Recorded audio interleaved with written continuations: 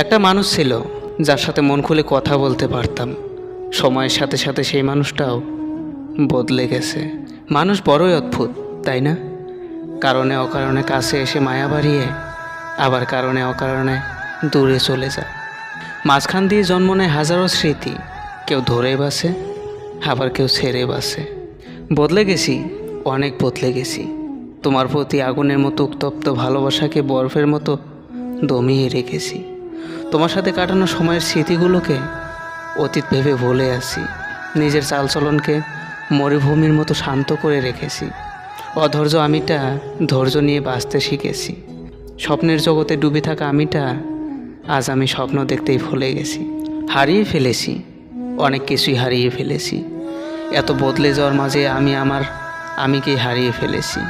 তুমি তো তোমার মতো করে জীবন সাজিয়ে বেশ ভালোই আছো, আর আমি কেমন আছি সেটা আমি নিজেই জানি না। ওই মানুষটাকে কিভাবে ভুলে যাব, যে মানুষটাকে ভুলে যাওয়ার অভিনয় করতে করতে আজ নিজেকেই ভুলতে বসেছি, তবু তাকে ভুলতে পারিনি। ওই মানুষটাকে ভুলে যাওয়া কি এতই সহজ?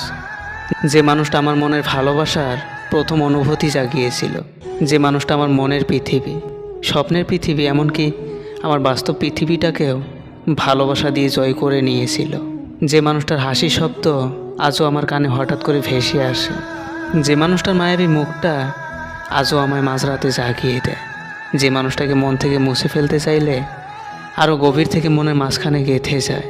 কখনোই ওই মানুষটাকে ভুলে যাওয়া এত সহজ নয়, হয়তোবা অসম্ভব, কিন্তু আজ এই পৃথিবীর কাছে বাধ্য হয়ে বলতে হয় আমি ওই মানুষটাকে ভুলে গেছি।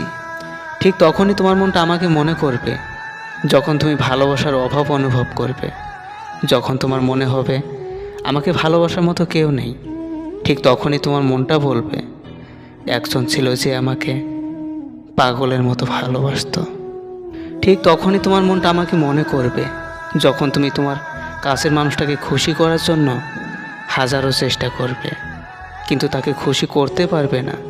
ঠিক তখনই তোমার মনটা বলবে একজন ছিল যে আমার মুখে একটু হাসি দেখলেই সকল অভিমান ভুলে খুশি হয়ে যেত।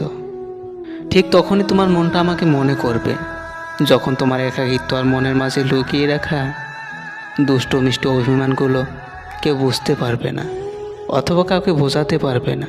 ঠিক তখনই তোমার মনটা বলবে একজন ছিল যে আমার মনটা দেখলেই, আমার কণ্ঠ শুনলেই বুঝে ফেলতো আমি কেমন আছি।